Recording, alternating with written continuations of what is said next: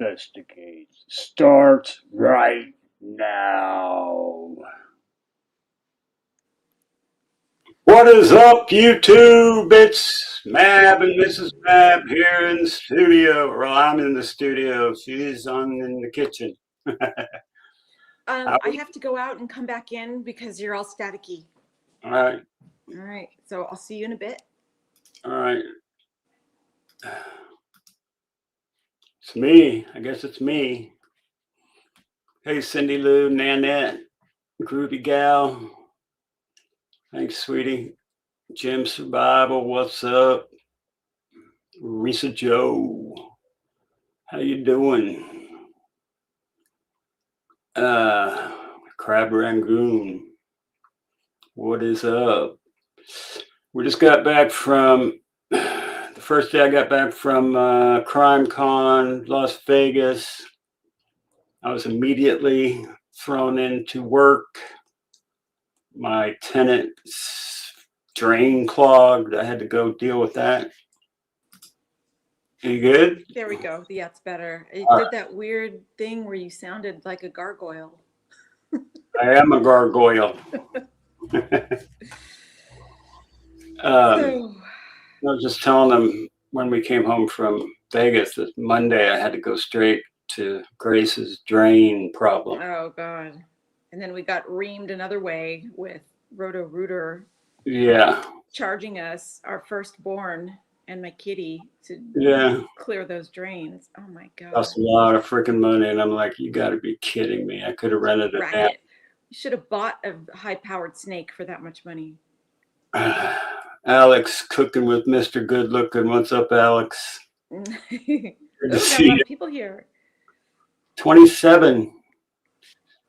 When I look at chat and I just see all these hi to Joe and Jim and Nanette and Cindy Lou and Alex. Where's Sikorsky at? We got Groovy Gal. We got Crab Rangoon. I'm going to say this one wrong. Sikorsky, Chatty Chen.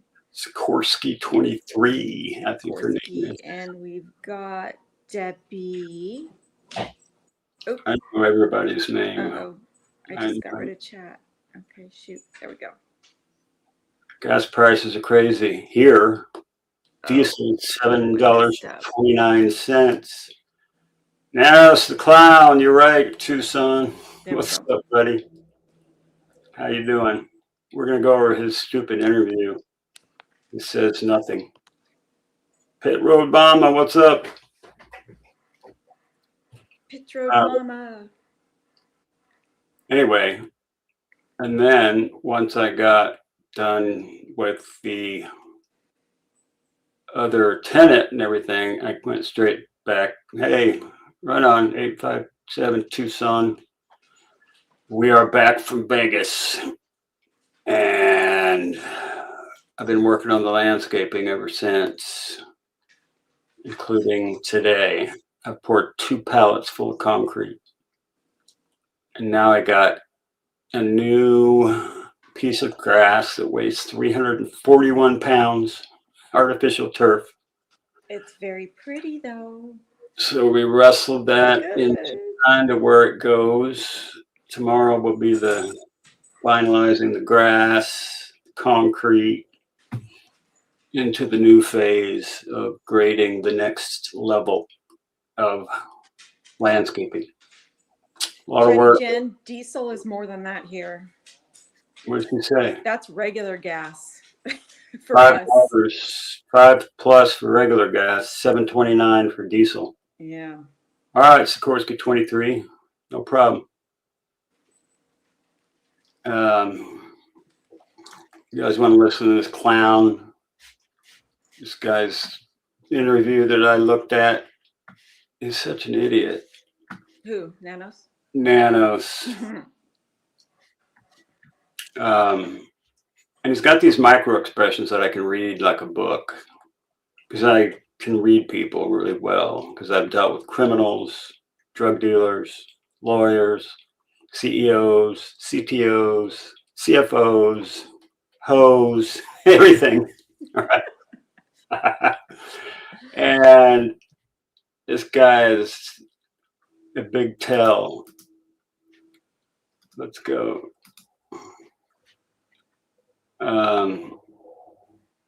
Let's go here.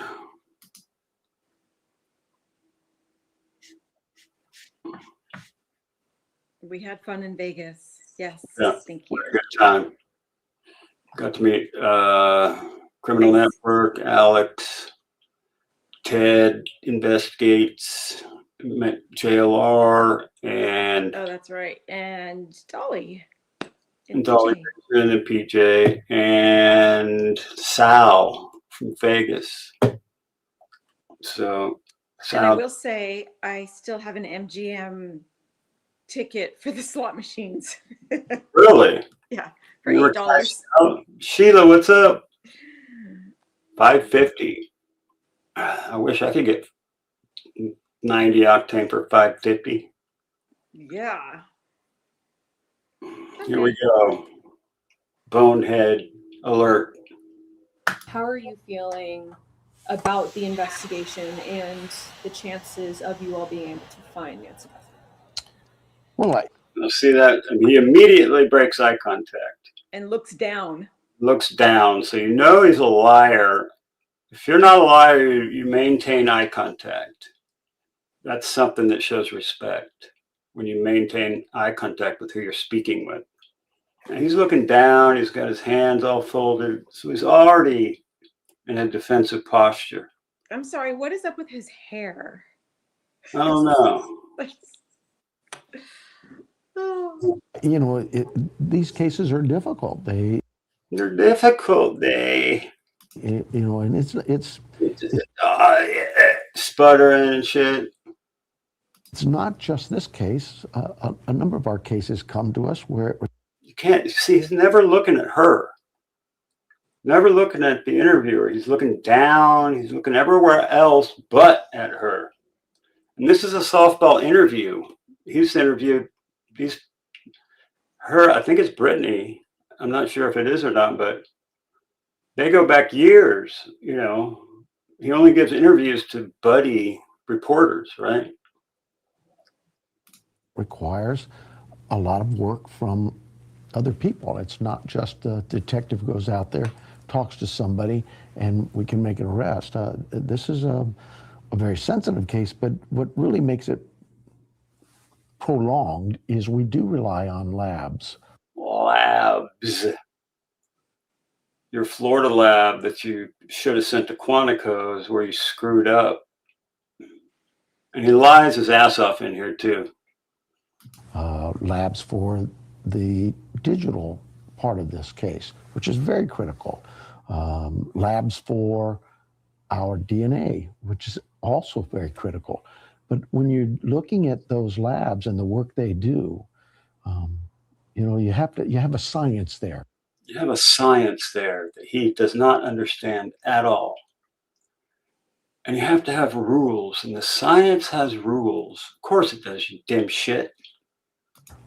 And science has rules that it has to go by. Even though it's not DNA, they'll tell you, isn't an exact science.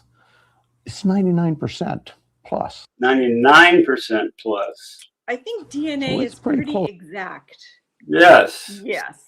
I think it is. 99% plus, not 90 plus. But you still have to follow rules. They have protocols. They have protocols. It's like he's acting like he's, you know, involved in all this shit. He has no idea what the people in the labs are doing. All he does is mail shit over there. That's it. And then gets results. His hands is all this bullshit he's doing. Because you don't want to jeopardize not just the integrity of this case, but the integrity of DNA as a supplement to law enforcement work. How could you hurt DNA as a supplement to law enforcement work? It's been going on for years and years and years. He's just dancing around the questions like they just all do. Nothing. Yeah. Word salad bullshit. And to be honest, take it. Be honest, he says. And to be honest, since I mostly lie, to the other side, the criminal justice process. We have rules we have to go by too. no, you're not a prosecutor. You don't deal with that. And you don't follow their rules. You're not a lawyer, not any of that. You're a sheriff that has a huge ego and says nothing. Constitution. We have a constitution. Well, how about that? We've had that since 1776, I think. I don't know. Laws, things of that nature, rules of the court, those all guide us. And so if I were to say there's a positive to this, it is that people are working, doing their best to stay within those rules so that they have that understanding that, look, nobody wants to arrest the wrong person. We want to make sure that DNA. See right there when he's talking about arresting the wrong person. He was about to say something. He said, I better not say that. Person. We want to make sure that. We want to make sure that we arrest the right person. But he's like, what? Wait. DNA doesn't just identify a suspect.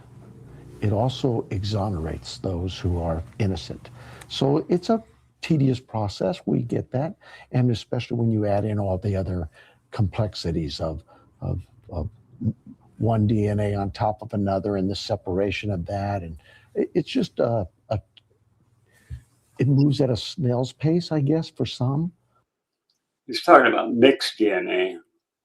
So they may have 2 to 5 mixtures of DNA, which they can deal with. It is slow, but it does happen. It's been 120 days or something like that. I don't know what day it is, but somebody tell me what day it is, you guys. But for my investigative team and for... Hmm? It's been 4 months and a few days. 120. Yeah. Oh, I didn't hear about the misdemeanor juice guy. Was that recent? Me, we look at this as, no, this is doing exactly what we need it to do, and that is keep looking, keep working, use the technology, work well with our other teams and partners, the FBI, our DPS, the labs across the country. There's several labs working on this. I feel comfortable knowing that we have some of the brightest minds out there working on both forms of evidence, whether it's the digital and the cameras and what that shows us, as well as the DNA and biological evidence. Definitely. So, I mean, that was kind of my next question, was talking about the DNA, because that has been a big topic lately of discussion. Obviously, you kind of went into having to go through the different, DNA that was found. That was something that you talked about very early on, from inside of Nancy Guthrie's house. What happened to the juice? Did you get a misdemeanor for being out there or something? What happened? So when it comes to where they're at now, are they still trying to, is there anything that you can share if they're still trying to separate the different DNA, or if they're just, I think what I can share with you is that. Good, Risa Joe. Good.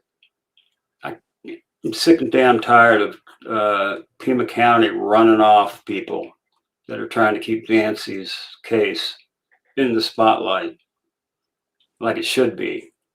There was no searching. There was barely any searching at all. They kept the FBI 4 solid days. They kept the FBI. You got a trigger for obstruction of traffic? You got to be kidding me. Being in the road right of way. Come on. There's an easement on those roads that from the edge of the road for like 6 feet. It's called,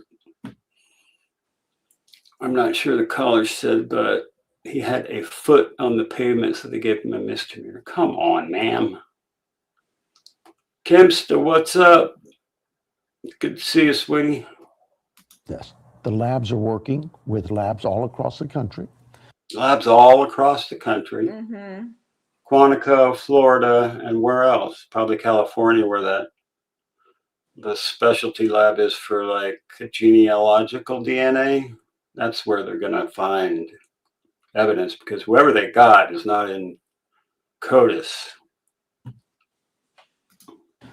They like any science, you know, they consult, and they're working close with the investigators. My team, the FBI, and Still looking down, not looking at her. I think they're making progress. Finally looked at her. But like I say, they're. I don't have the expertise to talk about how that works. You don't have the expertise to do anything. He's talking about the constitutional rights before. Well, what happened to the constitutional rights of the dude you beat the hell out of when it was handcuffed? After he's already handcuffed. But I would just say, we know the experts do, and they are working hard to get this case resolved. And I think every day they get closer. But it is a science, and there are rules that the science must take and follow, as well as there's rules of Just said that 5 minutes ago. What the hell? evidence and rules of court, and that we need to stay as guardrails. Keep you focused, but keep you on track, so you do a very solid investigation. Absolutely.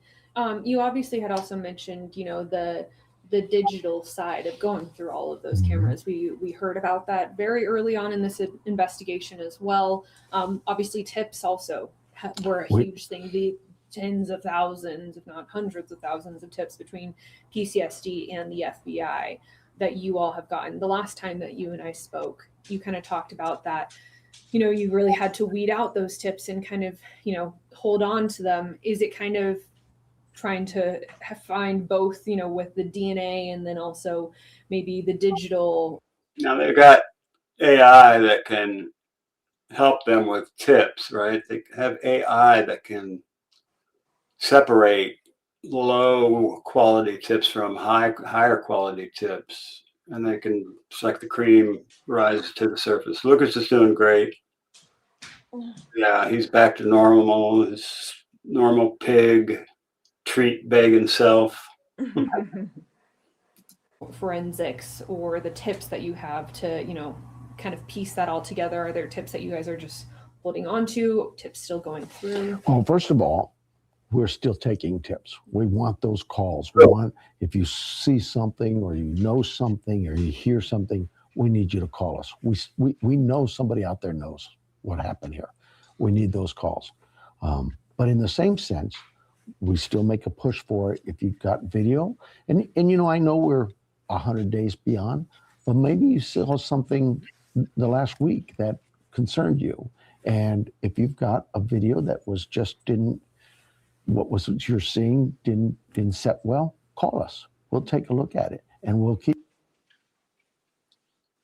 What's going on? People don't go in Alex chat for Dolly, you traders. What are you all talking about? And what we really are doing with the thousands of video images, we catalog them.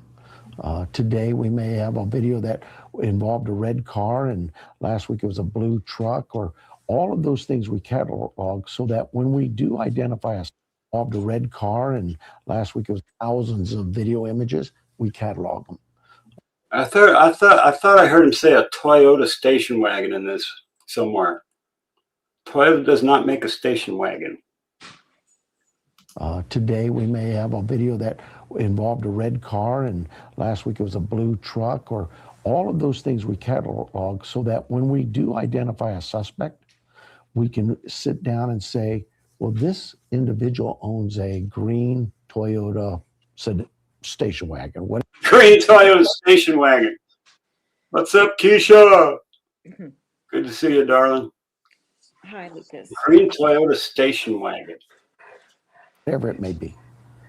And now we can go. Is that the dog flapping at your?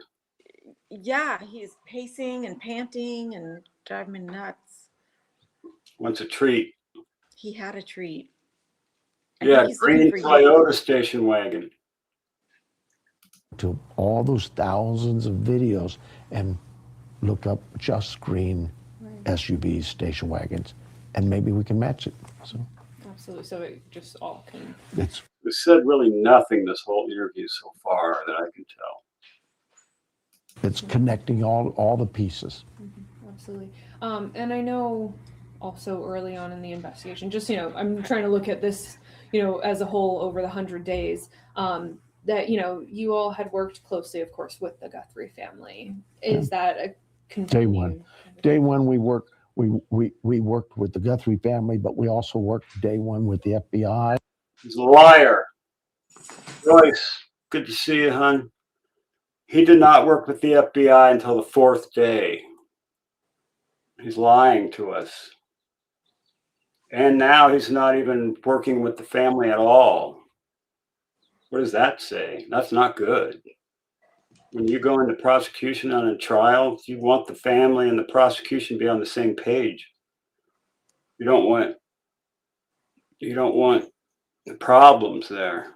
We continue to, I'll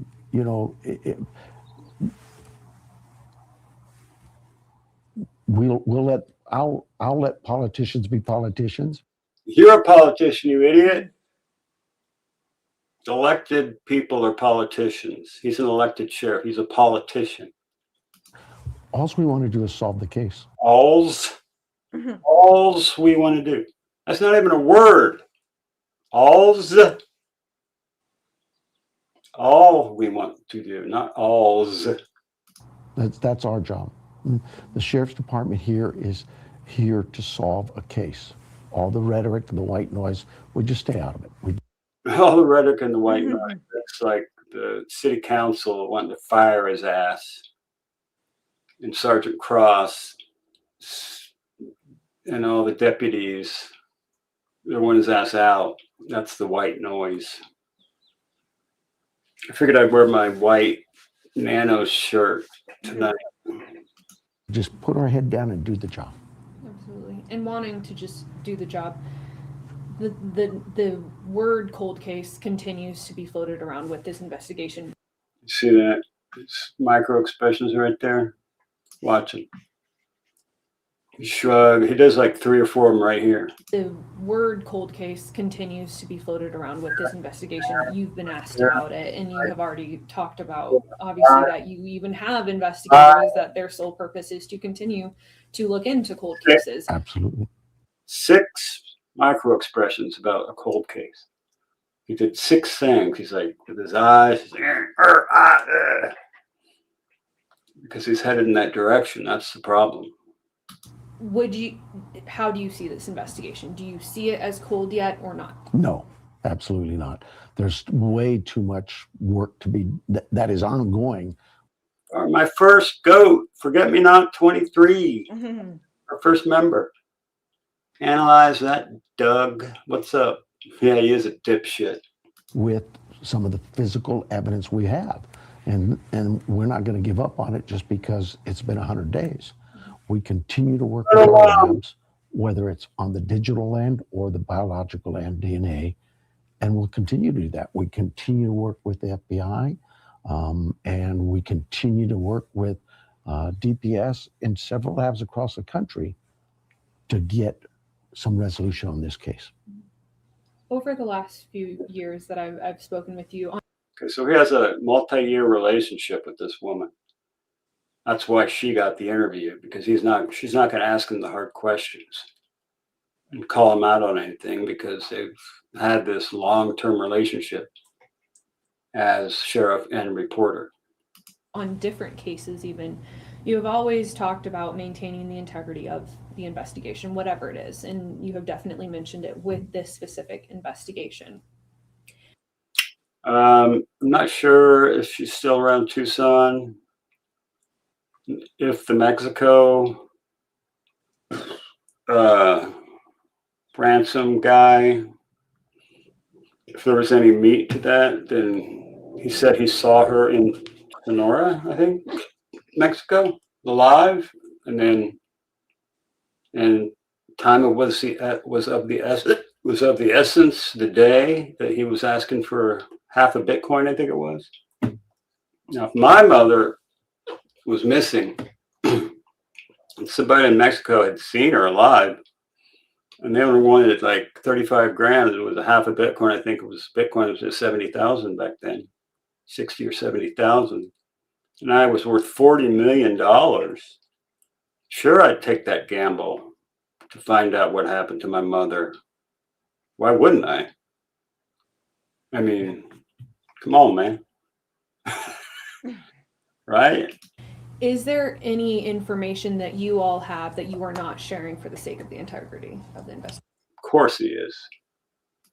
Well, I think in every case we do that. But it is really about, securing the rights. Mr. Joe, congratulations. Love that. I've had members for like 2 months now, so that's awesome. Of all of those, to include the accused. He wanted he wanted half a Bitcoin. The reward money was more than the Bitcoin. Analyze that, Doug. Or Doug. Yeah, I would have given the half a Bitcoin to get answers about my mother. If I had $40 million, even if I had 100 million or $1 million, I'd have given the money. Anniversary, Risa? Happy anniversary. And we just, I've been doing this for almost 50 years now. I've been being a dipshit for almost 50 years now, and I'm pretty good at it. We don't try our cases in the public media forum. We just don't. Everybody has a right to a fair trial. And so I believe at some point in time, we will make an arrest on this case. And whoever that individual is, that individual will have a right to a fair, impartial trial. But he's already cleared people. Risa, thank you. Come on, man. Dang. And hi, Justice Jane. Justice Jane. How are you, sweetie? Good to see you. And that starts with my team on the ground, how they handle every piece of evidence going forward. And so I know there's a lot of white noise out there, but I would just say this. My team's done this. Man, if that Nanos girlfriend, isn't that a conflict of, the reporter? I don't think it's his girlfriend, but they are friends.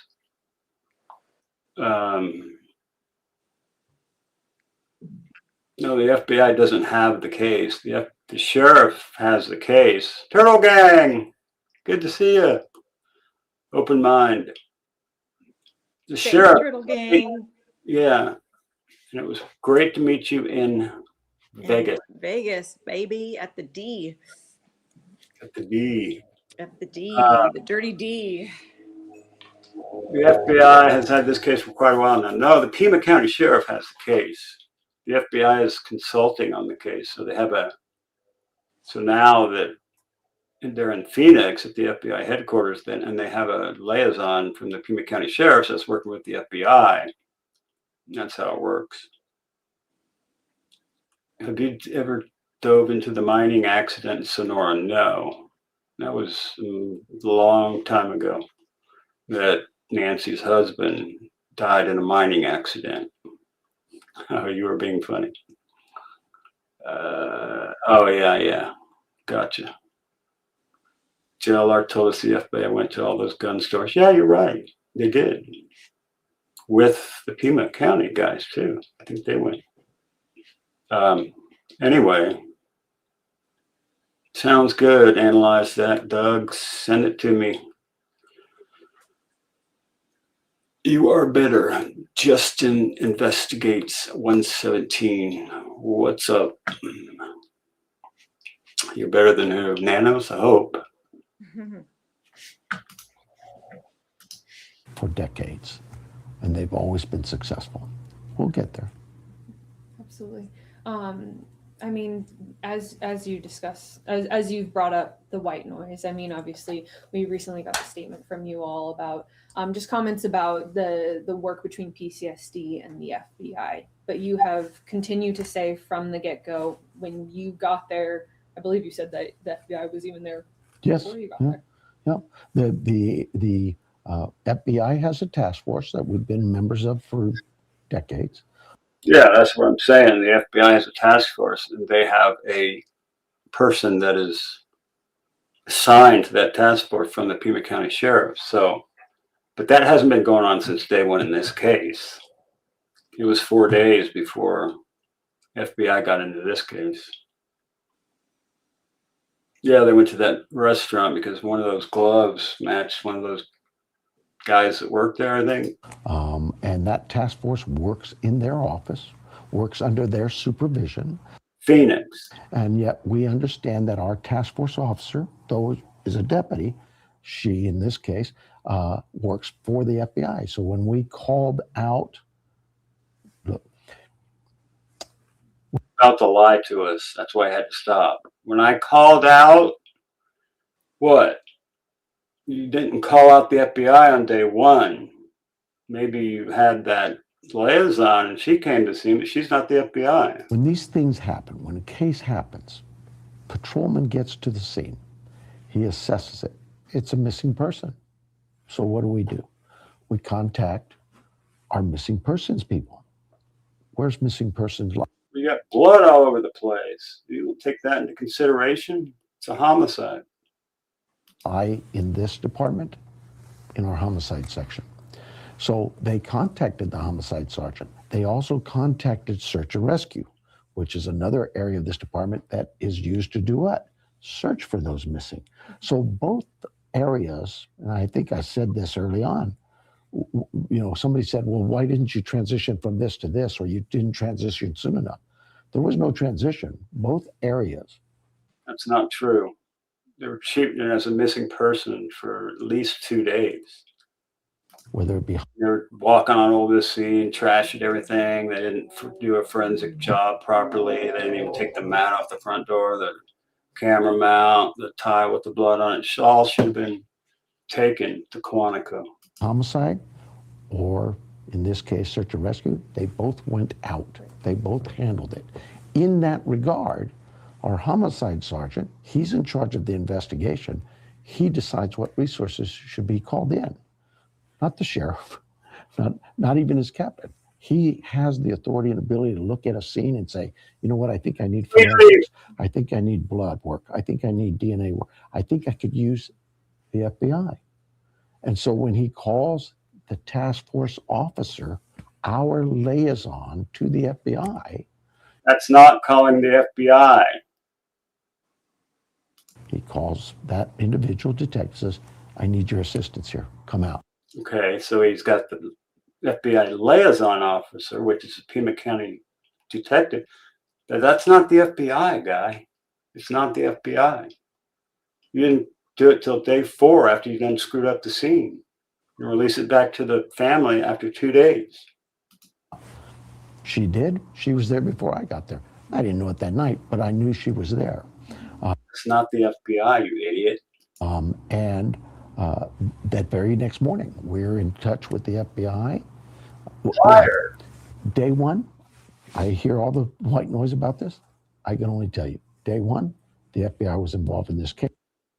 He is a total freaking liar. The FBI was kept out for 4 days per Kash Patel. You gonna tell me you're telling me he's lying, the damn director of the FBI? And they continue to be involved in this case every single day. We have briefings with them at their office every morning to discuss where we're at in each part of the case. This morning, I already got a briefing. Not the first 4 days, you didn't. And if you say you did, you're lying your ass off.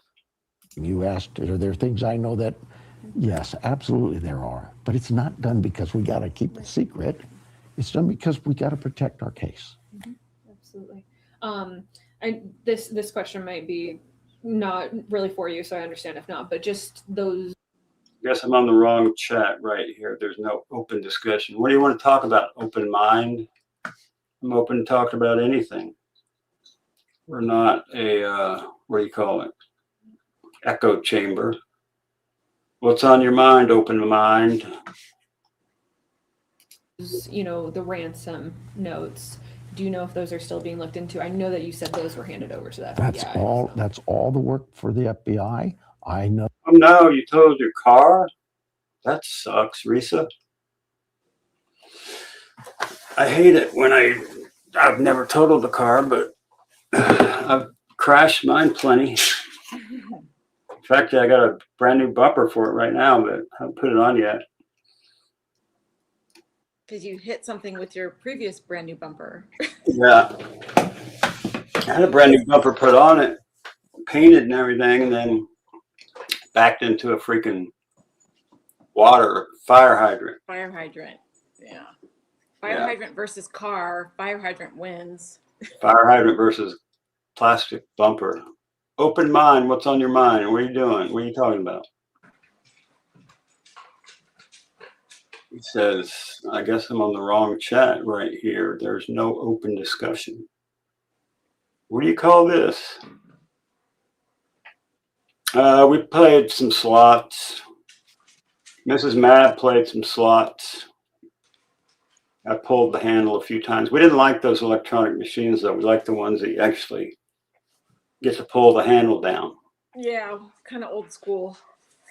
I think we lost $20 or what?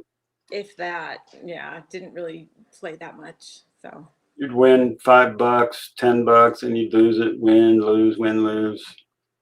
But we didn't really gamble. I like gambling on the sure things. I might have won if I played blackjack, but I had $500 in my wallet when I got there, and I had $500 in my wallet when I got home. the way I like it.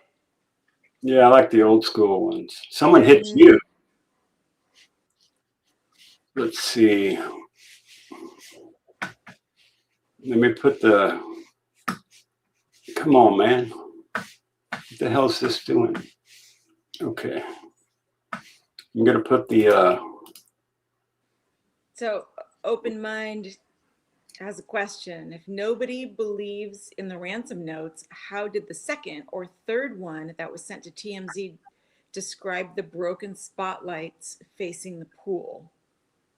You could have seen them on somebody's drone footage or seen them from the video. Got some note on the wrong chart. Okay, where is he saying? Nobody believes the ransom notes. I didn't say I didn't believe in the ransom notes. How did the second or third one that was sent to the TMZ describe broken spotlights? I think the ransom note, a couple of them were real. But usually, like in a kidnapping, you don't send a ransom note to a news station. You send it to the family who's got the money. And then you show that the person's still alive and you get the money and then you turn loose the person. But yeah, they could have seen the broken spotlights on media, but if they're the only ones that knew about it, then it probably was real. I agree. If anybody wants to come up and chop it up, there's the link right there.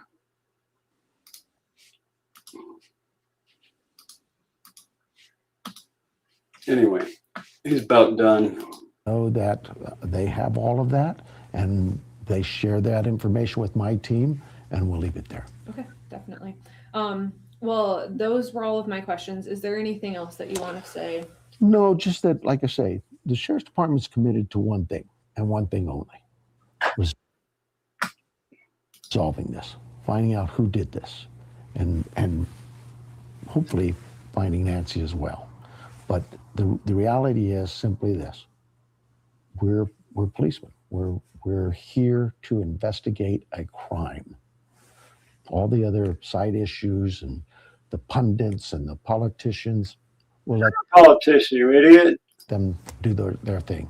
We're just going to focus on solving this crime. How are you feeling? Whoops. That was bonehead.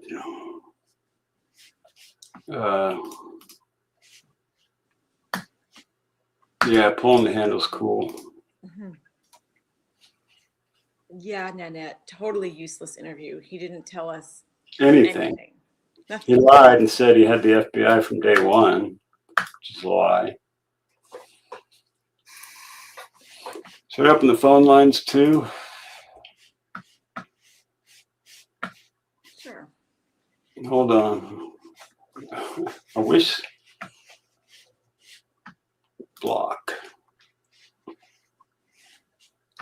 I have it so every time I go to a lower corner, my whole screen disappears. I'm going to refresh the phone lines.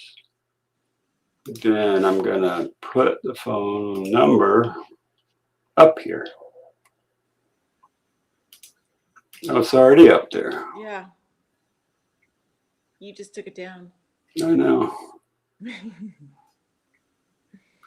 Come on, man. Come on, man.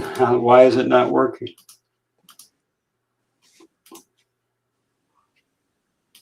All right, there it is. Phone lines are open.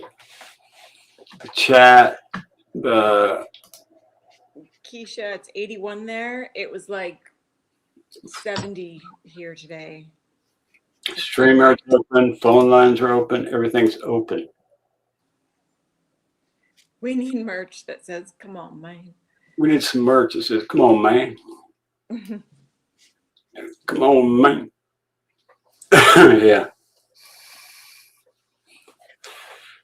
Are you kidding me? Come on, man. I was saying that to my worker today.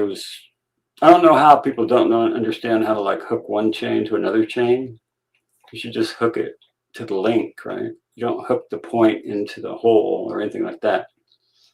I mean, I've been dealing with chains for my whole life, right? So I just automatically know how to hook them up. And you watch people when you're in the tractor and you're like expecting them to be able to freaking use common sense and hook a chain up.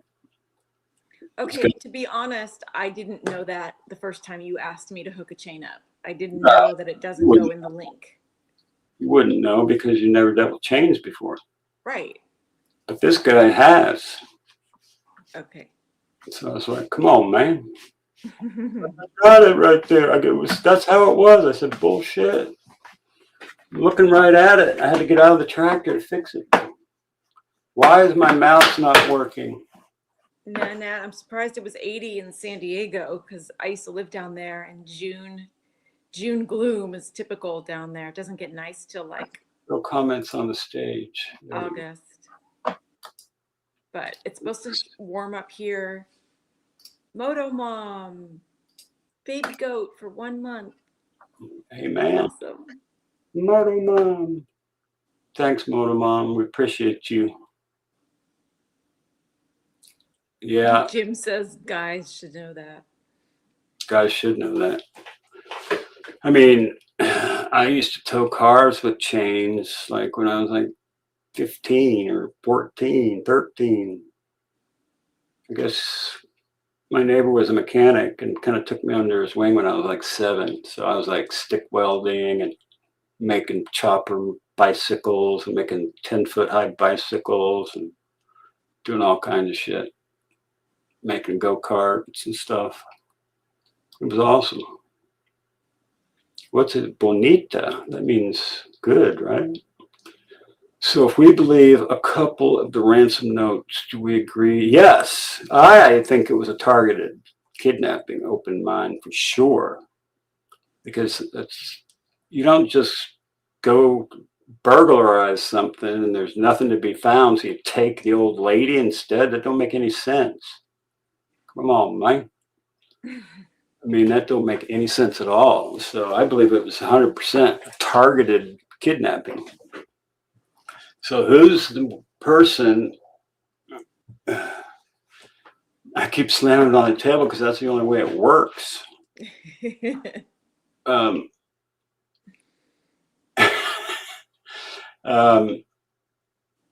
think it was 100% targeted.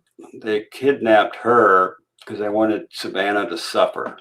I don't think it was about Annie and Tommaso. I don't think necessarily that they had anything to do with it. I think that there was a kind of a top puppet master that hired a local puppet master that hired a crew to do the deed. So that's 4 people right there at least, if not 5, that were involved, in my opinion. But you agree it was targeted, so do I. Because there's no other explanation that makes any sense. Why would Annie and Tommaso, have their mother kidnapped just to stay in their house or try to inherit part of her house or whatever? He's 84. All you have to do is wait 5 years. He's going to be 90. You're thinking 5? I think more like 3, 4 to 5 for sure. I think there was 2 at least there on the night, maybe 3, 1 in the car and 2. So you'll notice, let's share this video. I got the video here. Let's share that and we'll look at it.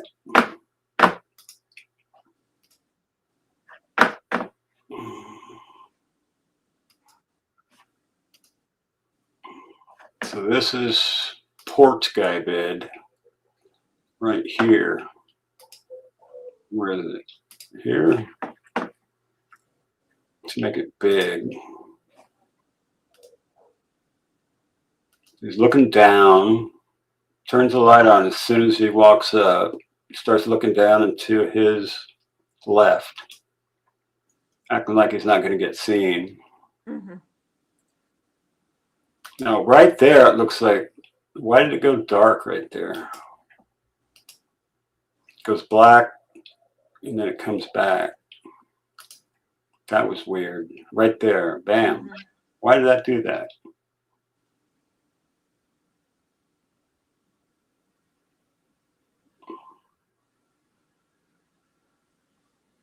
So he's right there, trying to turn the doorknob, it looks like. Holding his hand over the camera.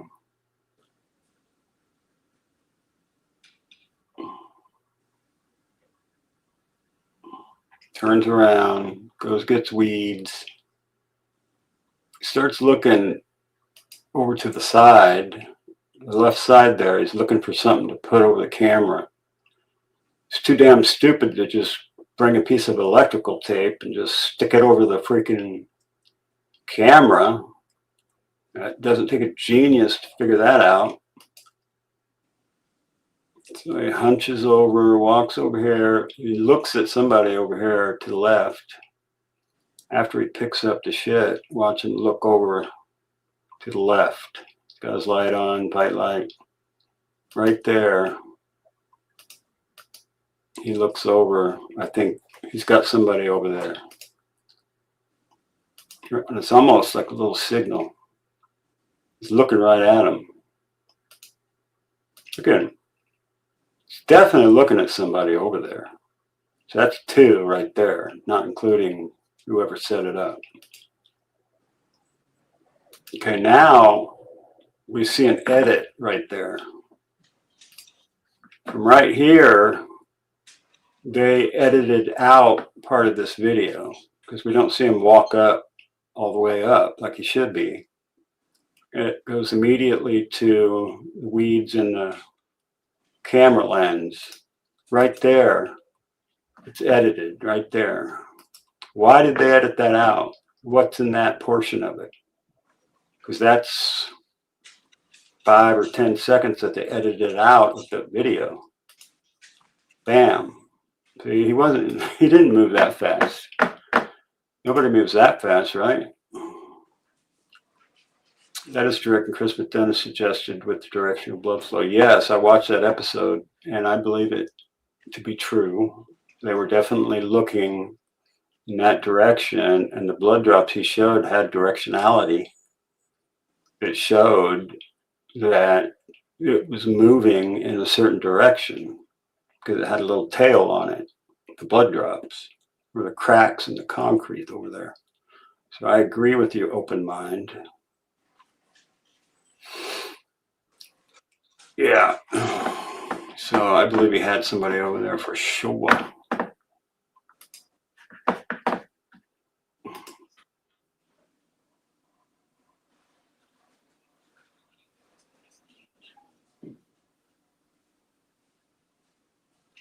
I mean, I don't know what the hell he's trying to do. Either he's trying to blow up her phone to get her to the door, or see that hole in his glove? There's a hole in his glove.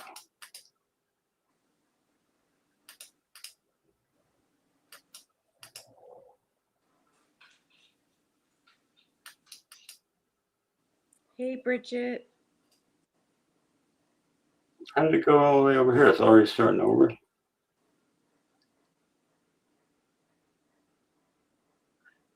Some people say, now what was he doing in his pants pocket there? See that? Got something. He's reached for something in his right front pocket.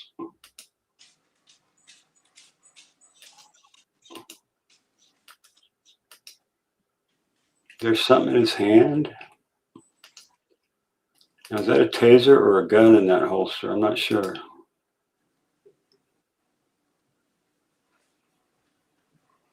Definitely tried the doorknob right there.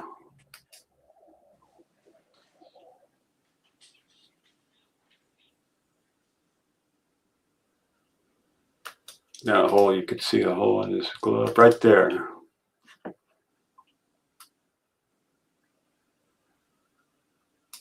There's a hole right there in the glove. But he's probably got gloves under that. No. Come on, lay down. Lay down, Bubba. What's this stuff down here? Lay down, Bubba. Lay down. I've always wondered what was this stuff down here. Was he looking for more? Ugh, this dog. Ugh. Yeah, they remember timestamps too, because they definitely, all those things have timestamps and metadata. So what happened?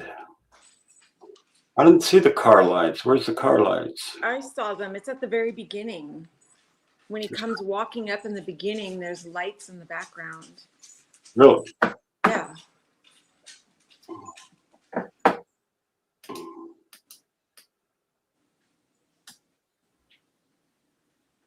Where? So just give it a little bit.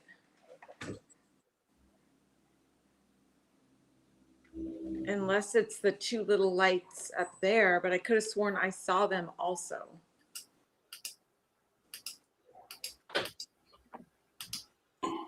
He turned his light on. That's the first we see him right there. What is this shit down here? Maybe we're wrong. I don't know. But I saw something also. He puts his bite light. He's already got it on because I have the same light, and it's always on in your mouth. And you have to move it to point to the back of your mouth if you don't want it to shine through your lips. So he switches it around in his mouth, which is pretty easy to do. I wonder what that little blackout is there. And what that shit right in front of his feet are on the mat. Oh, those are lights? Is that the doorknob? That's the doorknob and the lock. All right. That's a deadbolt, and that's the handle of the door. I got it. I was thinking, what is that? But now I know what it is.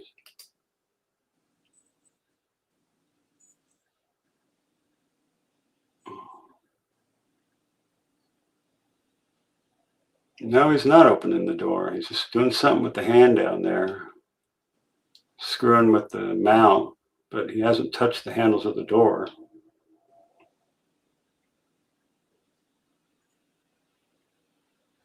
This is where they edit the video out. He bends over to the left and then walks over here. He bends down, looks at his buddy, and then bam, he's already up to the light, or he's already up to the camera with the weeds, and they've cut a piece out of it. From here, it just goes bink, right there. They just edited that out. Come on, man. Where's the missing piece?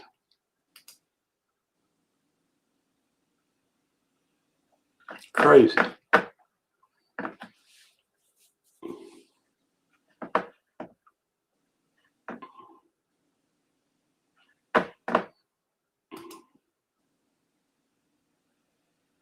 Yes. Yeah, somebody said there was something, or a door frame off to the left or the right of his right.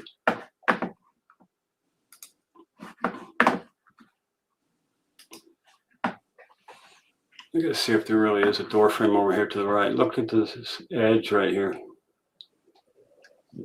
I saw it in one of the videos, but I don't see it now.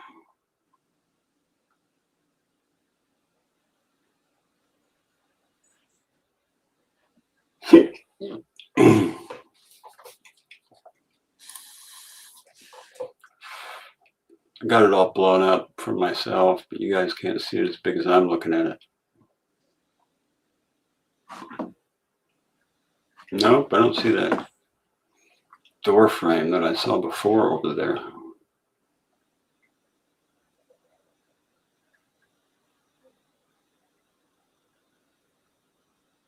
So I think they take her off to the right, off the path. The blood never makes it to the railing out there. It goes off to the right.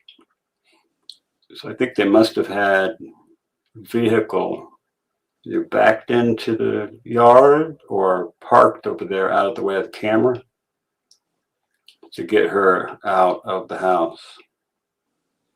You could have used a tarp as like a stretcher kind of thing. Each guy grabs like a corner and puts her in it.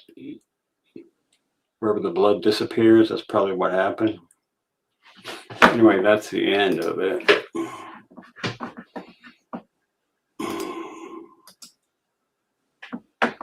But who knows, right? Analyze. Checking to see if the door is unlocked by whomever is already inside. I think he's drawing them out by screwing with the camera, because Nancy loved the wildlife. We don't know if she was asleep or not. Old people don't need that much sleep. It could have been the pacemaker in the backpack. Could he have the pacemaker in the backpack? He could have part of it in the backpack, because the pacemaker, the part that is wired to the heart, is separate from the antenna and the battery. The antenna and the battery are like in the shoulder, and it's very easy to cut those out and unplug it. So that could have happened. And the battery and the antenna could still be connected to the base station, even if it was unplugged from the pacemaker, but you would probably have a different kind of signal, right? Not sure. Phone lines are open. If anybody wants to call in. Let's check this other video out. I was watching this one about Tommaso, and I thought it was kind of funny.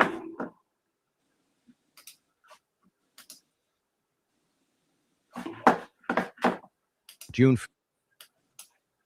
5th, 2021. A security camera catches a man walking up a driveway. He is wearing a mask, a ball cap, and a backpack. Minutes later, he shoots his in-laws in the head, execution style. Damn. So he's trying to draw a parallel to Tommaso here, because I remember this case. One of them dies on the spot. Now stop for a second. Read that description again. A mask, a ball cap, a backpack. Walking up to the home of a wealthy older couple in the dark when no one was supposed to be watching. Because if that sounds familiar, if that sounds like something you have already seen on a doorbell camera in Tucson, Arizona, then you already understand why I could not sleep after I watched this case. I want to be honest with you about how I even found it. I was not looking. For weeks, everything in my world had been... We're going for 5,000 subscribers, you guys. So if you're not subbed up, hit the damn sub button and the like button, all that shit. Come on, man. Nancy Guthrie. And then a few days ago, I watched a completely different story. A murder from 2021 in California that on the surface had nothing to do with Tucson, nothing to do with the Guthrie family, nothing to do with any of this. And by the time it was over, I could not stop shaking. Because the man at the center of it did something I had never been able to understand, something that felt impossible to me. For weeks, I had been stuck on the same wall I think a lot of you have been stuck on too. The idea that someone close to a family, someone who is fed and welcomed at the dinner table, could ever be capable of something like this. My own mind could not build the bridge to it. This story built the bridge for me, step by step. It showed me exactly how a person gets there. So tonight, I am going to tell you that whole story first, and then I am going to lay it down, side by side, next to everything we know about the night Nancy Guthrie vanished from her home. And I am going to let you decide for yourself whether the two stories rhyme. This is about a dude that was a promising pitcher, baseball guy. Yeah, we're going for 5,000, Risa. Let's go. Yeah, this story is about a guy that had a fast throw, right? He was a pitcher and he got drafted into the major leagues, but then kind of flamed out. And the story goes from there. I don't know. This is Crime View, and this one is going to stay with you. Once upon a time, there was a boy named Daniel Serafini, and from the time he was young, the adults around him noticed that his left arm was a cannon. It was not always accurate, but he was young, and accuracy could be taught. By high school, Daniel went 11-1 on the mound with 149 strikeouts. He was a golden boy, the kind of kid everyone agreed was going somewhere. And in 1992, the Minnesota Twins came knocking. They drafted Daniel in the first round and handed him a $350,000 signing bonus. For a young man, that was the whole world. He had made it. But here is the thing about that accuracy problem. It never got fixed. His fastball went everywhere except where it was supposed to go. He got traded, and then he bounced around the league for 7 seasons, landing on 5 different teams. That is not a career. That is a man being passed from hand to hand because nobody can quite figure out what to do with him. With an earned run average north of 6, his time in the majors quietly ended. Now, even after all that bouncing around, Daniel had still earned roughly $14 million. $14 million. And he managed to lose nearly all of it on risky investments that never paid off. His career limped to its end overseas, and it finished for good when he got caught using steroids. But Daniel had one thing left going for him. Steroids. He married a rich chick with rich parents. He had married a woman named Erin, and Erin came from a very wealthy family. Her parents were named Robert and Wendy, and like a lot of parents, all they really wanted was for their daughter to be happy. So they did what wealthy, loving parents do. They helped. They bankrolled the couple's lifestyle. They paid the bills. They even loaned the couple $1.3 million to buy a horse ranch. Damn, it's a lot of money. Horse ranch, that's a money pit, I can tell you that right now. Yep. I had 3 horses. Man. I had 3 horses in it. Don't let your kid get into horses, it'll cost you a lot of money. Ow! Oh. Cramping up my leg. You need some Tums? No, they're gonna make it. Okay. Work too hard. When you work too hard, you sweat too much and you start cramping up. Ain't no good, especially for an old dude like me. Come on, man. And turn it into a business. And with Daniel running it, that ranch did exactly what everything else in his life had done. Fail. It lost money. It bled cash month after month, and it became a sore spot between Daniel and the in-laws who were keeping him afloat. Because Daniel wanted them to keep paying. He wanted them to keep believing in him. 15 quarter horses, there's a black hole for money right there, Risa. You know, at some point, you just got to realize you just got to cut your losses. I loved horses, though. I trained them. I raised a Mustang for my daughter.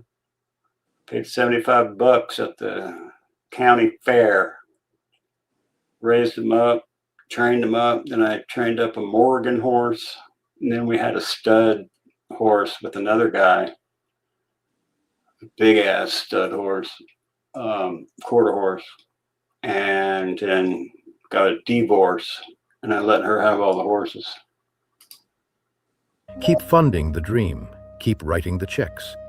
And Robert and Wendy were kind people, but they were not stupid.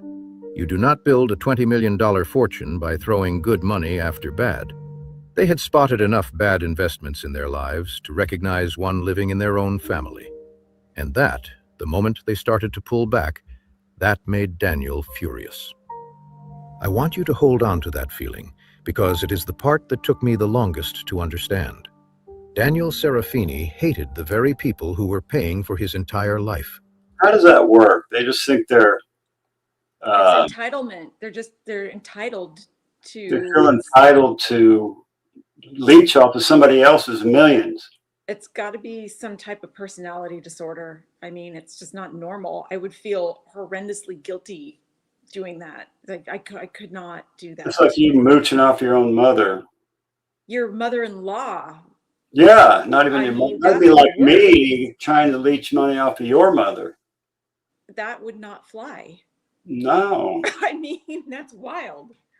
It's Unless crazy. my mom offered, but if she didn't offer and you were asking, sorry. Like, I would never ask anybody for money. Right. And so that means we would never be in that situation, but that's why it just is wild to me. Like, I wasn't even brought up that way either. So just Yeah, cannot sweet leaf. fathom. Mustard does work for leg cramps. Zinc magnesium is the Tums. Sweet leaf. Mustard The works. mustard It's like works, but it's so disgusting that we have done that as a last resort when we're out of Tums. But Tums is the best. Yeah, I take like 20 of them and I'm fine. That's too many Alex Tums. is mooching off me, the audacity. The people who covered his debts, the people who funded his failed ranch, the people who asked for nothing in return except maybe a little gratitude. He hated them for it. There was a comment on the video I watched that captured it better than I ever could. It said, "Do not help a loser, because the loser will hate you for it." They get so used to the things they feel entitled to that the moment you stop giving, they treat it like you stole something from them. Yeah. And Daniel had a lot going on underneath Bingo. the surface. An asshole. He was doing drugs. He was in another financial hole, this time $300,000 deep, even $300,000 in debt. Plus, I think he's banging some other chick at the same time. He's doing all. Okay, so you've made $14 million over 5 years, and you are dumb enough to blow it all? Like, he must have such a big ego that he's not asking for smart people to help him manage his money. So Well, there's you're like red $14 flag million number one. playing baseball and lost all of that. You know damn well he don't know shit about handling money. Exactly. It's like my dad. I made him a shit ton of money and he lost it all. He spent it all. He spent it all. It's different than losing it, but it's still like the fundamental issue there where you're just you have such a big ego and such pride that you can't ask people that are wiser and have more experience than you for some guidance. Yeah. So right there, like that would be somebody that I would not marry, like somebody with that kind of mindset. So When I asked the professionals about paying off my house, they said, "No, don't do that. You can write off the interest." that's Like, so but the interest makes my house cost $1 million. Why would I want to pay all that interest if I could pay it off right now? Oh, don't do that. I said, fuck you. I'm paying it I off. know. I mean, that's the first thing you want to do is pay your mortgage off. I don't care if you can write the interest off. You're still paying the interest. You're not going to ever get all of it back. You can write off a percentage of it, not 100% of it. You can write off 100% of the interest. But okay, I stand corrected. But it's still, so it lowers your tax bracket a little bit, but it makes more sense to me to just pay it off and not have that bill. Like, why? Yeah. Anyway. I paid my house off. It was like, damn, man, this feels good not to have like a $2,300 mortgage every month. Right? It Felt good. That was in 2009. That was when I don't even think we were engaged yet. I remember you called me and you're like, what should I do? And I'm like, you should pay it off. Oh yeah, she's the one that told me to pay it off. That's right. You asked my opinion. I gave you my opinion and you did what you were going to do anyway, which was pay it off. So yeah. Even with his bills being paid by other people. And he was sleeping with the family's nanny, a woman. Oh no! Add that on top of it. So cliche. Sleep with bang the nanny and steal the mother-in-law's money. This guy's a piece of poo. Named Samantha. Now, his wife Erin knew about the nanny. They had an open marriage and she was fine. Open marriages never work. Oh, that's a recipe for disaster. You have an open marriage, you're screwed. Then why get married?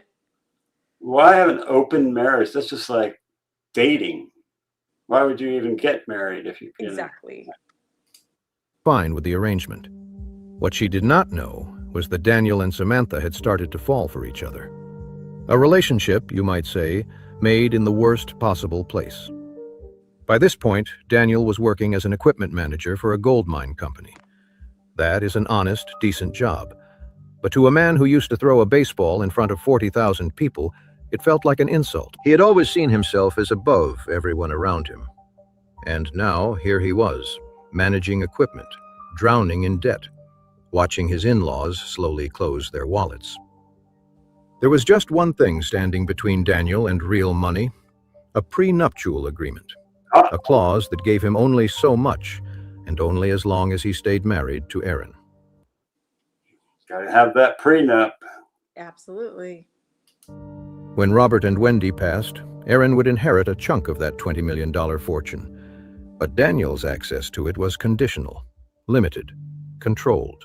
Good. Unless, of course, the timeline moved up. On June 5th, 2021, a security camera caught a man walking up Robert and Wendy's driveway. He was wearing a mask, a ball cap, and a backpack. Moments later, Robert was shot one time in the head, execution style. He died. Wendy was shot twice in the head. She survived, but she was never the same again. How do you get shot twice in the head and still live? Damn. That's wild. They must have been a bad shot, like just grazed a little bit. Depends on where you get shot. I mean, Phineas Gage Mm-hmm. had a railroad spike through his brain, and he lived. I don't know why I remember that, but it's back in the 1800s. I think his name was Phineas Gage. Yeah, no, that's. Have you ever heard of that? Yeah. I've heard of it, yes. Had a railroad spike right through the damn head, and still was fine after that. I think he was a little mellower than he used to be. In constant pain, physically and mentally broken. A year later, she took her own life. And from the very beginning, investigators suspected Daniel. But Daniel did something interesting in the day. Like Tahoe shootings. So they were in Lake Tahoe. Days and weeks that followed. He went quiet, completely quiet. No interview. Does that remind you of anybody? Goes completely quiet. Doesn't make a sound. No interviews, no speeches, no nothing. Views, no social media posts, no written statements, nothing. He simply disappeared from public view and waited. And it worked for a while. It took investigators nearly 2 years. The cipher. Analyze that, Doug. It's got to be in that cipher. Put a little mustard on it. Mm-hmm. To compile enough evidence to feel comfortable charging him. But here is how they finally got there. On the day of the murders, Daniel did something that, according to his own phone records, he had never done before. He turned his phone off. Completely off. And for a man whose entire history showed a phone that was always on, that single act stood out like a flare in the night. Suspicious behavior is not the same as guilt. I will say that clearly. But it is a thread, and investigators pull threads. Never shut the phone off in his life, and he shuts his phone off. Sounds like Kohlberger. Because while Daniel remembered to turn his phone off, his girlfriend Samantha did not. He had reportedly told her many times to shut hers down. she forgot. And investigators were able to ping her phone right near the scene of the crime, a place she had absolutely no reason to be. So when the pressure came, Samantha did what people do when they are staring down a life sentence and somebody offers them a deal. She turned on Daniel almost immediately, and she told them everything. Uh-oh. Hello, Kohlberger. You in trouble. She told them how she waited in the car, how once Daniel got back in, he started taking the gun apart and throwing the pieces out the window as they drove down the street. That's stupid. Yes. I mean, The guy is not a smart man, obviously. right. He's a dumbass idiot, narcissist. He's a jock, but he doesn't have He's a common dumb sense, jock. critical thinking skills. He's a dumb jock that thought he was a badass, and he wasn't. How he then took off his clothes and threw those out the window too. And the evidence kept stacking. There was the fight over the ranch loan. There was a text message Daniel had sent his wife that said, word for word, "I am going to kill them one day." There were hostile emails he had sent directly to Robert and Wendy, with lines like, "I will be coming after you." The motive, when it all came together, was two things braided into one: hatred and money. Sounds like porch guy. Damn. Hatred and money. Felt he deserved that money. Mm-hmm. You guys got to keep funding my stupid ass, or I'm going to kill you. Rah. And here is the detail that honestly made me sick to my stomach. Shortly before the murders, Wendy had handed her daughter Erin a check, $90,000, to help out with that failing ranch, the very ranch that had become the sore spot. The check had barely left her hand, and Daniel still pulled that trigger. Damn. Gave her 90 grand and they still killed him. 19. 90,000. Oh, I thought he said 19. No, 90. Wow. Made me sick to my stomach. Shortly before the murders, Wendy had handed her daughter Erin a check, $90,000, Oh, to okay. help out with that failing ranch, the very ranch that had become the sore spot. The check had barely left her hand, and Daniel still pulled that trigger. Now, I want you to take a breath, because here is where I have to talk to someone directly, and I want to be careful with my words. Tommaso, I'm talking to you. Because I mean them. Tommaso, I want to talk to you for a minute. We have never met you. We have never been allowed to. For all we know, you are exactly the man your wife described. You are a 6th grade science teacher. You have probably shaped the lives of hundreds of kids in that classroom. Your wife of more than 10 years called you her greatest teacher. The great manifester. But I wonder how much he actually manifested. She called you a great manifester, and I will admit I am still not entirely sure what that is supposed to mean. The great manifester. What the fuck is that? Manifester. Well, she's all woo-woo witchcraft lady, so. She's an oracular poet. So oracles. Oracles tends to mean witchcraft or Wiccan or whatever the hell that is. Mm-hmm. Weird. Woo-woo, yes. So he's the great manifester and she's Miss Oracle. Between the two of them, they're manifesting oracles, I guess. I hope this wasn't an oracle that they manifested for their mother-in-law. Damn. Gravano. Did you know when the FBI put Sammy the Bull? Yes. Lived in Arizona, early 2000s, was selling drugs from Mexican border all the way to Flagstaff. Absolutely. We also had Joe Bonanno in San Jose, California, which is about an hour away from me. And he got in jail too. Got in trouble. But now the Reiner family, exactly. That was 10 years ago. And almost everyone is pleasant when the weather is fair. The trouble, Tommaso, is that you have never... Linda, happy Friday. Good to see you. Hey, Linda. Once let us see you. You have never given a single interview, never made a statement, never said a word. And when a person stays that silent for that long, the human mind does what it always does. It starts to wander. It starts to fill in the blanks. And we cannot help the fact that the blanks, in your case, keep getting filled with the same story I just told you. Because here is what we do know. You were the last person to drop Nancy off at her home that night. That is not a theory, that is a fact. And if that draws attention to you, I do not think you can blame us for it. I do not think you can blame the police for it either. Let me lay it out plainly. The way it started lining up in my head while I watched Daniel Serafini's story. Daniel married into a wealthy family.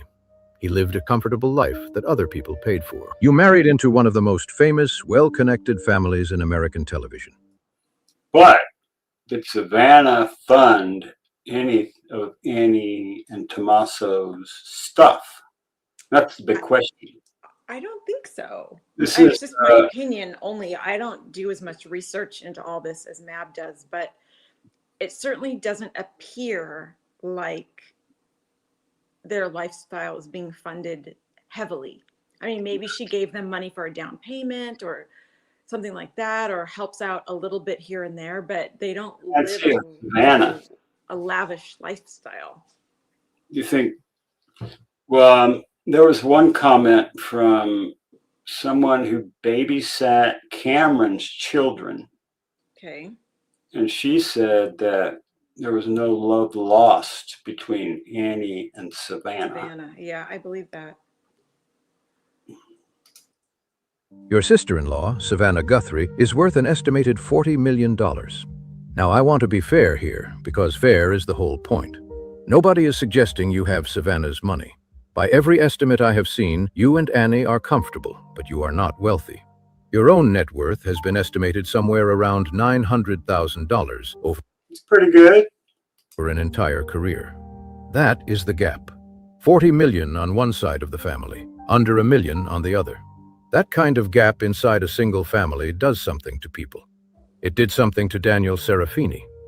Daniel Serafini killed his in-laws for their money after they had already given him millions on stupid investments. And then there are the numbers we have all been looking at. You and Annie reportedly bought a home for around $650,000. Now, you are a 6th grade teacher. We know you also tutor Italian online on the side for extra income, because there are reviews from your students out there praising you. A teacher's salary, plus some tutoring on the side, and a $650,000 house. I am not an accountant. That's tight. That's got to be tight. I don't know how much Annie's bringing in with her oracular poetry, her book, but it can be a lot. But a lot of people who have run those numbers have landed in the same place. That math is tight. That math is the kind of math where you are living close to the edge, paycheck to paycheck, and then maybe credit card to credit card. It is all speculation, Tommaso, because you have never let us meet you. You have never given us a single story about who you really are. And then I found the detail that genuinely stopped me cold. In your younger days, you played bass and sang in a band. You had real gigs, a lot of them, around the Tucson area. You looked like a real band. You even released an album. Album? Blessed is the album. And the name of that album was something about love, something about murder. Oh no. Their album is something about love, something about murder? That's not good. That's not good.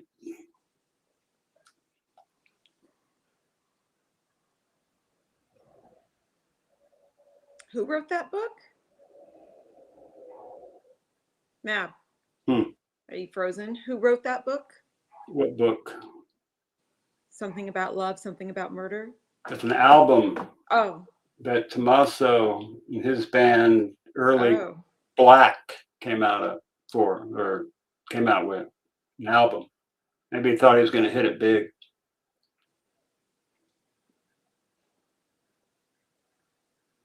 Yeah, they may have given money. I am not going to tell you what to think about that. I'm just going to let it sit there for a second. Something about love, something about murder. The gigs dried up around 2017.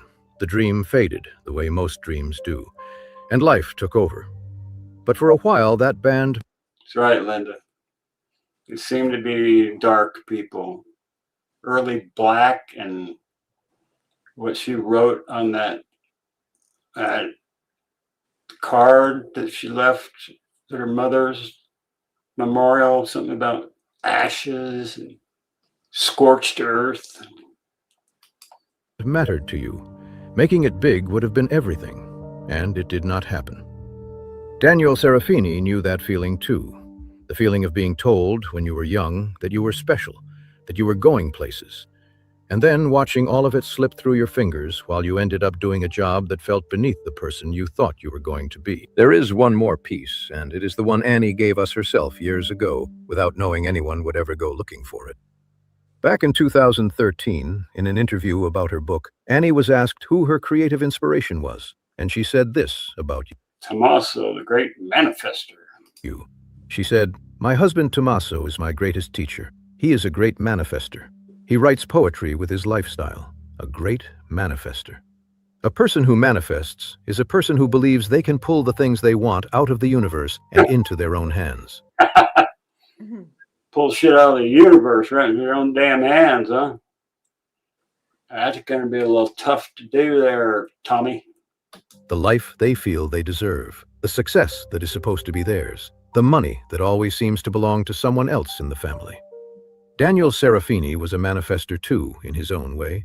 He believed, right up until the end, that the life he wanted was owed to him, that the only thing standing between him and that life was a couple of people who would not keep writing the checks. Now, I do not for 1 second think you were that bumbling figure standing at Nancy's front door. The one in the mask, with the backpack, wearing his gun in that strange holster out front like it was for show. No, if I am being honest, I think that was someone else. Secret Mutilator knows Annie and Tommaso. I don't think he looked their number up on Google. He had it in his damn phone is what he had it. Someone hired to do the simple, ugly part of the job. Walk up, kill the cameras, wear the gun loud, and wait for the door to open.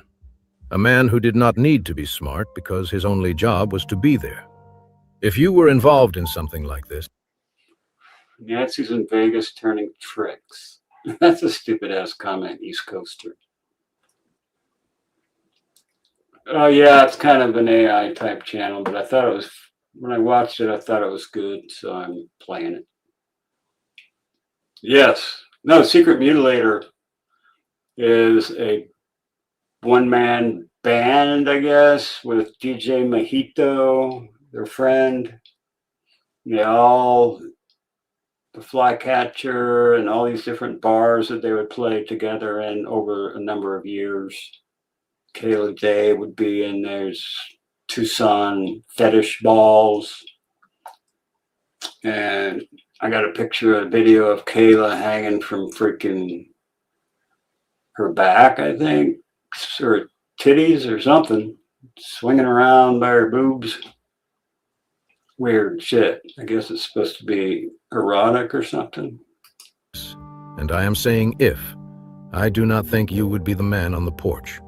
I think you would be the one smart enough to wait, to let the cameras get destroyed first, and then to let yourself in quietly through a back door that had conveniently been left unlocked. You are a deep thinker, Tommaso, a great manifester. That is exactly why it would be so interesting to hear what you actually have to say. And there is something else from Daniel Serafini's... So DJ Mojito and Annie in a pic together? Oh, and Tommaso in a pic together. Maybe not. Freaky shit, yeah. It's on Facebook. Case that I cannot stop laying next to this one. Daniel did not act alone. There was Samantha waiting in the car. And in the end, it was not Daniel's mistake that brought the whole thing down. It was hers, the accomplice, the person who was supposed to be loyal, supposed to stay quiet, supposed to hold the line. She is the one who forgot to turn off her phone. She is the one who, the moment a deal was put in front of her, told investigators everything in exchange for saving her own skin. Now think about what we have been told about Nancy Guthrie's case. There is a masked figure on the porch, and a number of experienced investigators have said publicly that they believe more than one person may have been involved. A planner and a doer, a mind and a pair of hands. If that is true, if there really was more than one person in this, then somewhere out there is an accomplice. And the lesson of the Daniel Serafini case, the lesson of almost every case like it, is simple. Accomplices break. Loyalty cracks. People who were willing to help in the dark are rarely willing to spend the rest of their lives in a cell to protect someone else. There is a $1 million reward sitting on this case right 1.2. now, unclaimed. And a detective who worked one of the most famous family murders in this country said it plainly. That kind of money fractures loyalty. He said people turn on each other for a fraction of that. These guys aren't turning on each other. No, What does they're that not. mean? They are staying very quiet. Yeah. Yeah, that worries me because somebody knows something and they're not talking. The money is not Not tempting them. It's not enough. East Coaster needs to be banned. I blocked his last comment. Okay, where is he? He East hasn't Coast. said anything in a little bit. That's it. He's blocked. Loser. You're out. Go back to the East Coast where you belong. See ya. Wouldn't want to be ya. So if there was a second person involved in what happened to Nancy Guthrie, the math is not on the side of silence. It never is. It was not for Daniel Serafini. And the man who planned it is usually the last one to find out that his partner already talked. There is one more thread, and it is a quiet one, but it matters. Whoever took Nancy Guthrie knew the area. That is not my opinion. A retired Pima County lieutenant who spent nearly 30 years working that region said it directly. He searched the desert washes near Nancy's home himself, and he said you would have to be deeply familiar with that landscape to move through it the way this person did. You do not stumble onto those routes in the dark. The streets in that neighborhood are confusing, hilly, with no clear pattern. A stranger does not navigate that at 2 a.m. by accident. And the suspect did not stumble onto Nancy's house either. There is nothing remarkable about it from the outside. Nothing that says, of all the homes on that hillside, choose this one. To pick that house on that night, you would have to know who lived inside it. You would have to know she was 84.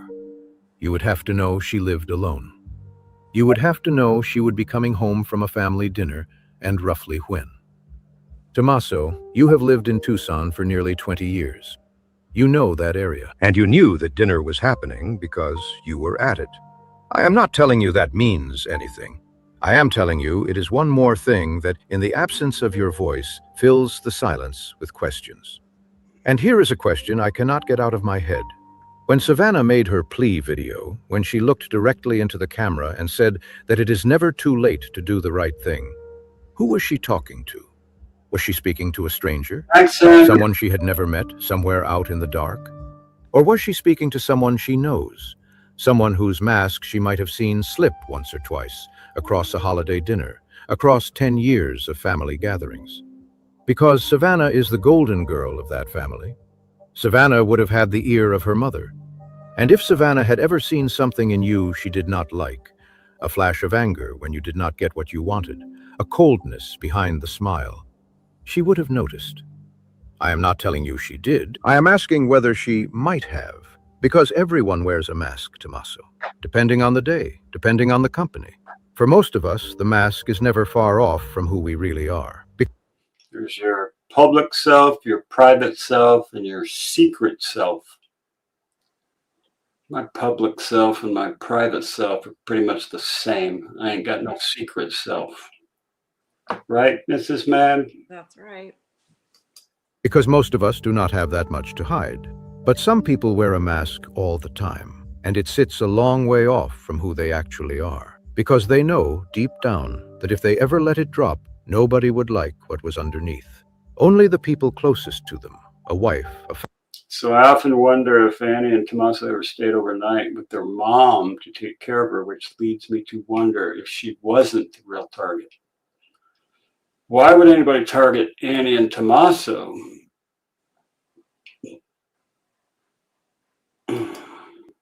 Family ever get to see the real thing. And sometimes, in a moment of anger, the mask slips, just for a second, in front of exactly the people it was meant to fool. So here is where I will leave it. The sheriff has said the family is cleared. I want to put Can't clear anybody until the person's caught, right? You would think so. Yep, I agree, Holly Dolly. that on the record because it is true and it is fair. Sheriff Chris Nanos stated that the entire Guthrie family, including all spouses, has been cleared as suspects, and that to suggest otherwise is cruel. You should know I am not ignoring that. But you should also know what a veteran detective told a reporter recently about clearing people. He said he would never say he cleared anyone, not until the right person was in handcuffs with overwhelming proof. Because in his experience, everybody is a suspect until they are not. Exactly. Nobody's cleared until you catch the right person. And Daniel Serafini understood the power of silence better than anyone. He stayed quiet for nearly 2 years. No interviews, no statements. He thought that if he just said nothing, the storm would pass over him. Exactly, open mind. Everybody fits the mask. Everybody that has a mustache and a freaking flavor saver could be the guy. I mean, I've seen everybody in that, behind that mask. And move on. It did not. The evidence came anyway. The phone records, the girlfriend who forgot to turn off her phone, the text that said, "I am going to kill them." And in the end, the handcuffs came too. I'm not sure that it wasn't a female, Linda. Could have been a fake mustache and a fake soul patch, and could have been wearing 3 masks, 3 pairs of, I mean, it could have been anybody. So I am asking you directly, Tommaso. Do not be like Daniel Serafini. Do not wait 2 years. Come out. Yes, Rhonda, you may ask a question. What is the question? And tell us your side. Tell us about the dinner that night. Tell us about the drive home. Tell us about the moment you dropped Nancy off and pulled away. Because right now, you are letting strangers write your story for you. And I promise you, the story strangers write is never kind. I would love nothing more than to be wrong about all of this. I would love for 100 people to come forward and tell us what a good man you are, that you could not hurt a fly, that you are out there shaping the next generation of kids, and the haters had it all wrong. Give us that. Give us a reason. Because until you do, the only story we have to compare yours to is the one I just told you.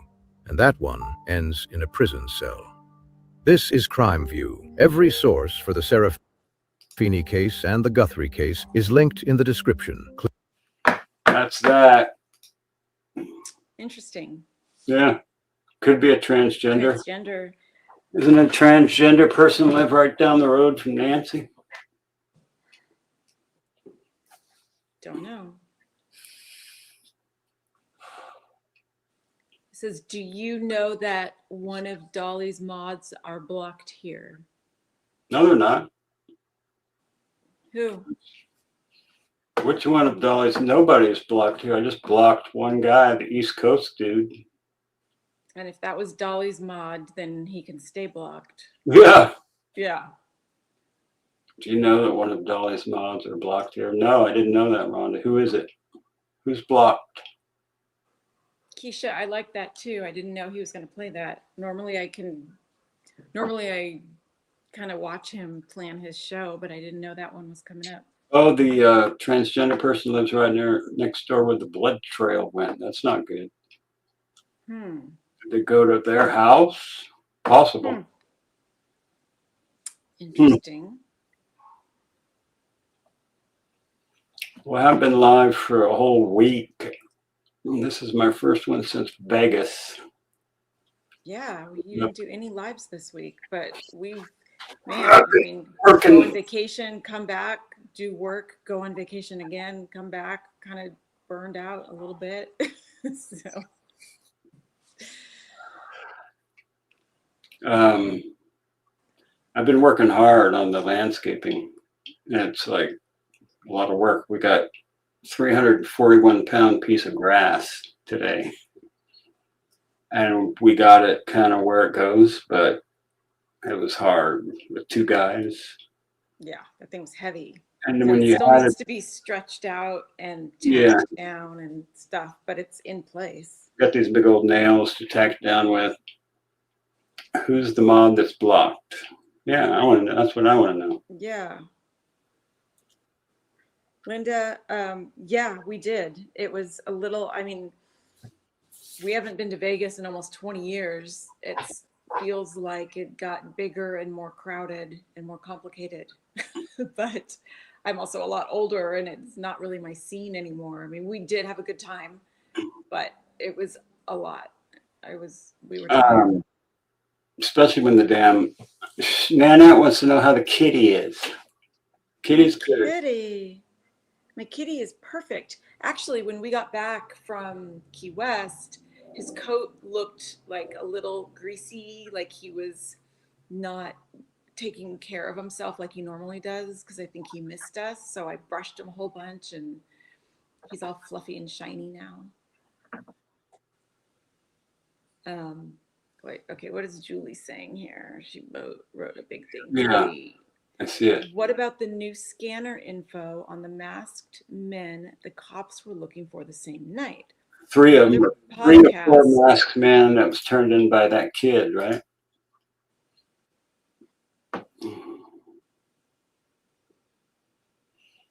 Thanks, Bitsy. No mod block that I know of.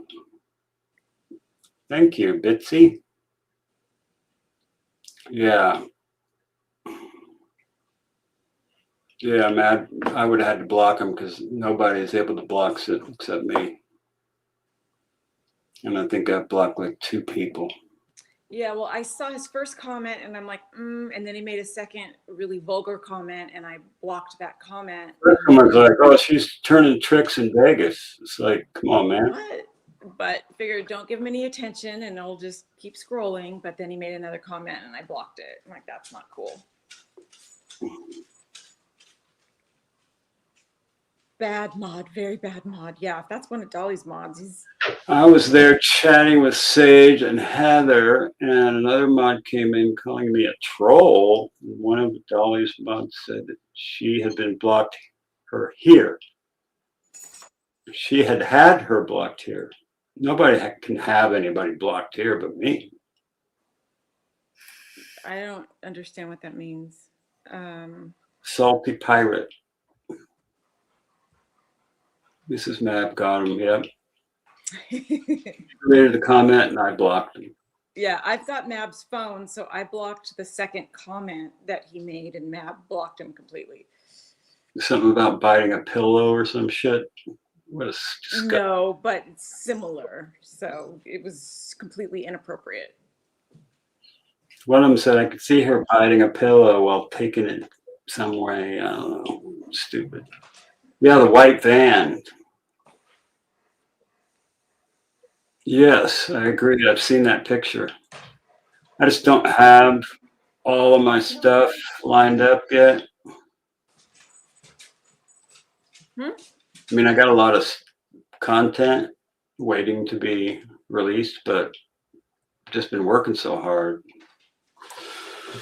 that I get tired. I mean, if I work hard all day and it's like 5 o'clock, Mrs. Mab gets home at 6. By that time, I'm just now wrapping up work. And she goes to bed at 9:30, and I've been going to bed at the same time so I can get up early and work all day. White vans turn up in every case now, yeah. Short legs is a mod. Short legs is not blocked. Short legs isn't blocked here. No, she doesn't come here that often. She leaves comments though, quite regularly.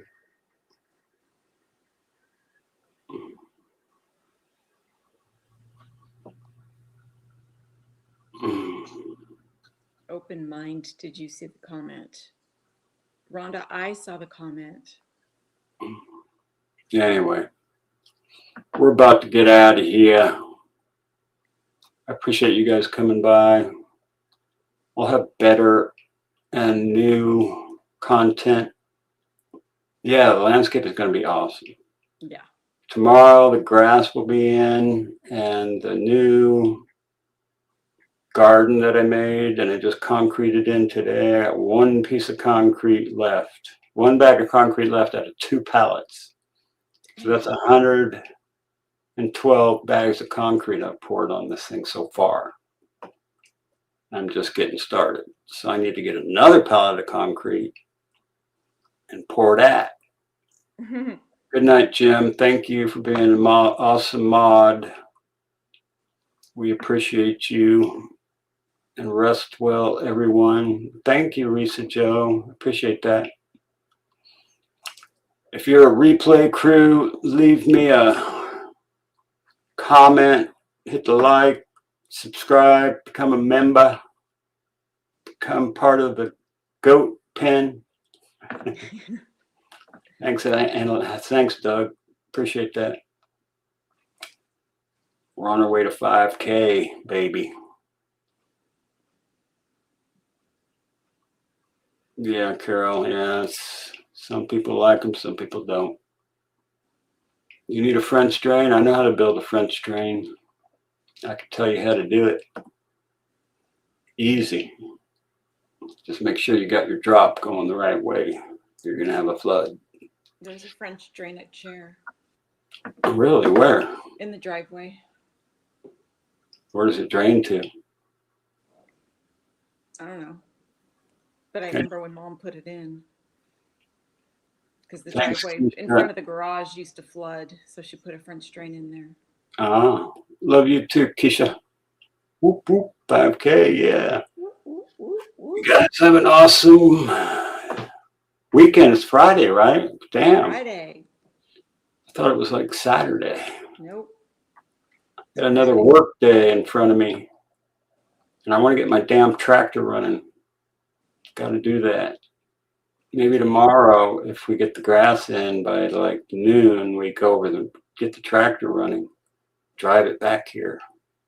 Where's the tractor? The tractor I bought from Marion. Oh, that tractor. Yeah. Okay. Yeah. Yeah. The one that we had running before. Forgot about that one. I Been a year. know. I'm going to get it running, I promise. So we'll see you guys later. Peace. Good night.